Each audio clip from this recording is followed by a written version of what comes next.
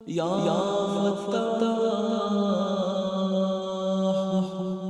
دفعہ حضرت عائشہ صدیقہ رضی اللہ تعالی عنہا آرام فرما رہی تھی۔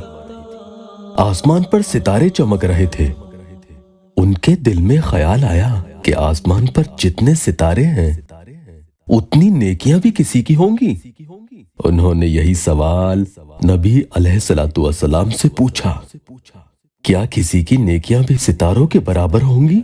نبی علیہ الصلوۃ والسلام نے فرمایا، ہاں، عمر رضی اللہ عنہ کی ہوں گی۔ یہ سن کر حضرت عائشہ صدیقہ رضی اللہ تعالی عنہا خاموش ہو گئیں۔ پھر تھوڑی دیر کے بعد نبی علیہ الصلوۃ والسلام نے خود پوچھا، عائشہ، تم سوچ رہی ہوں گی کہ میرے والد کا نام نہیں لیا؟ حضرت عائشہ صدیقہ رضی اللہ تعالی عنہا کہنے لگی، جی ہاں، بالکل یہی سوچ رہی تھی۔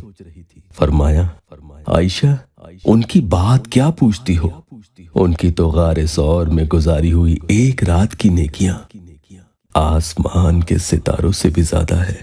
حضرت عمر رضی اللہ عنہ اپنی زندگی میں حضرت ابو بکر رضی اللہ تعالی عنہ سے کہا کرتے تھے، آپ میری ساری زندگی کی نیکیاں لے لیجئے اور مجھے غار ثور والی 3 راتوں کی نیکیاں دے دیجئے، کیونکہ مجھے ان 3 راتوں کی نیکیاں اپنی ساری زندگی کی نیکیوں سے زیادہ نظر آتی ہے۔ میرے پیاروں، ایک بہن نے مجھ سے سوال کیا، بھائی، جلدی رشتہ ہونے کے لیے کوئی دعا یا وظیفہ بتائیں۔ تو پھر جن لوگوں کی عمر شادی کی ہو چکی ہے اور ان کی شادیاں نہیں ہو پا رہی ہیں، رشتے آتے ہیں مگر بات پکی نہیں ہو پاتی، تو ان کے لیے ایک آسان اور بڑا ہی کارگر وظیفہ میں بتا دوں۔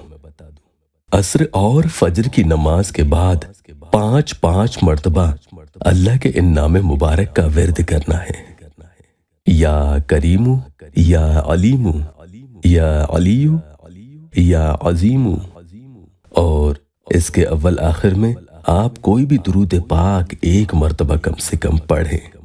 اس کے ساتھ 5 وقتہ نمازوں کی پابندی کرنا ضروری ہے، اور فجر کے بیچ میں 21 مرتبہ الحمد شریف یعنی سورہ فاتحہ ضرور پڑھنے کی عادت بنا لیں۔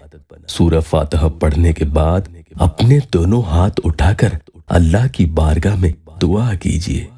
جن لوگوں نے یہ وظیفہ کیا، آج ان کی خوشحال گرہستی ہے۔